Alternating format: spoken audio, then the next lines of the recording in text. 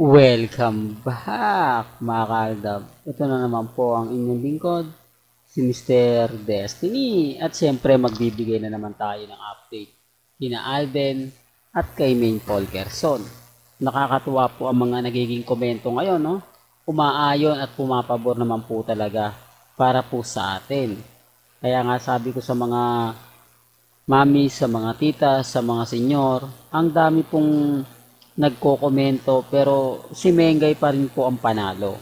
Hindi nila kayang iba si Main, hindi po ba? Hindi nila kayang kumbaga insultuhin gaya po ng ginagawa nila kay Alden Richards. Kaya nga sabi ko sa inyo mga kaldab, yung mga nagre-react lang po at nagko-komento na hindi maganda, sa atin talaga isisisi. Hindi po ba? Hindi, real talk to mga kaldab, sa atin talaga isisisi. Kasi ang punto ng mga pinapahayag natin mga kaaldab yung tipong bakit nga po ba tayo laging sisisihin? Bakit nga po ba lagi tayo ang binabatikos? Tayo ang maraming mga ginagawang mali. Samantalang sila mga kaaldab na po yung magpapatunay.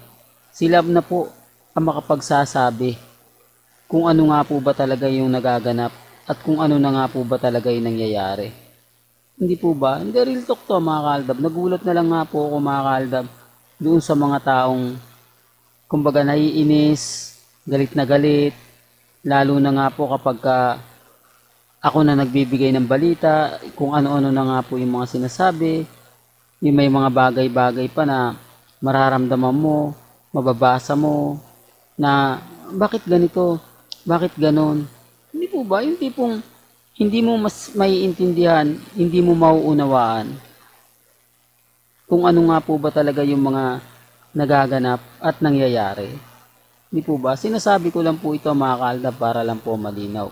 Binibigyan ko lang po kayo ng idea, lalo na nga po pagdating kay Main Polkerson. Ang dami kasi mga kwento na lumalabas, marami kasi mga kumbaga sinasabi na hindi mo naman talaga paniniwalaan, pero andun na yung point mga kaaldab na relax lang, kampante lang po tayo. Kasi sa totoo lang naman po kita nyo, si Mengay nagsalita agad-agad. Bakit nga po nagsalita si Main?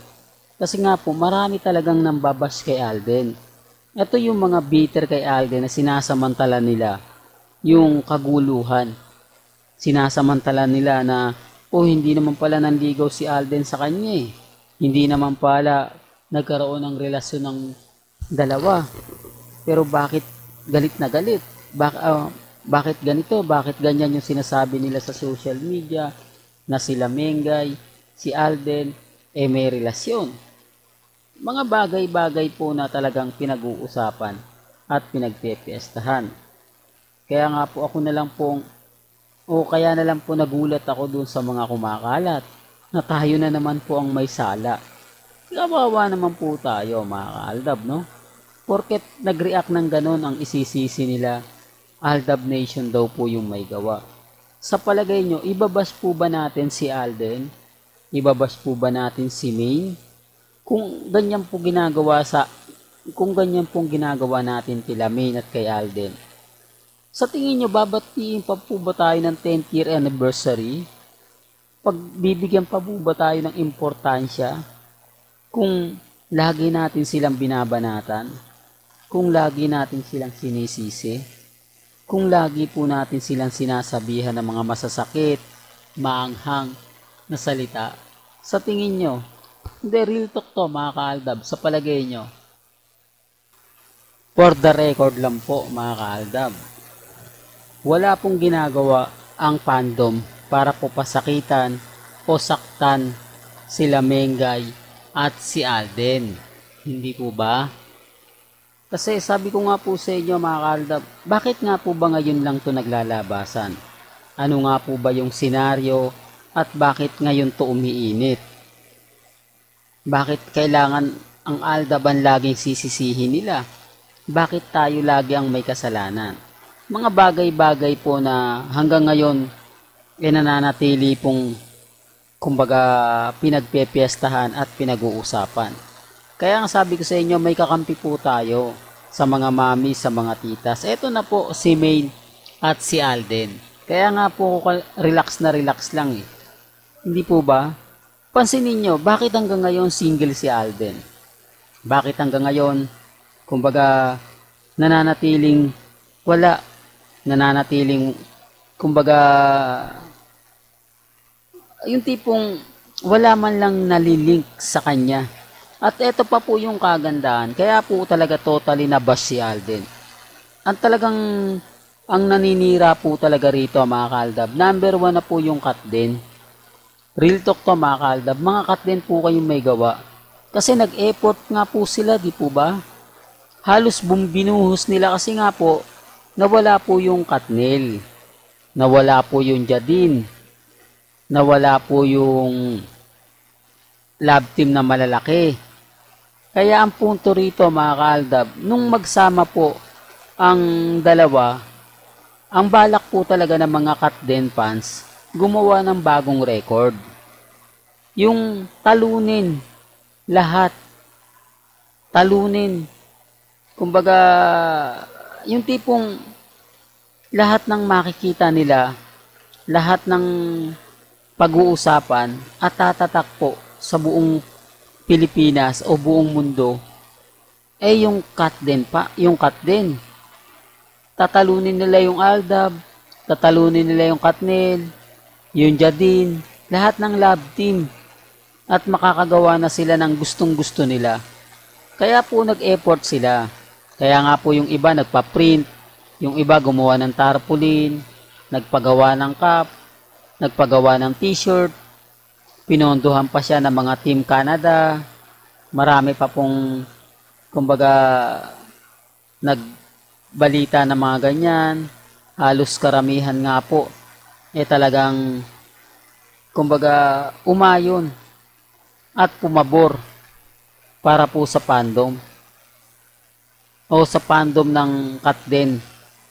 Ang ibig kong sabihin, naggumastos talaga sila. Pero nawala eh.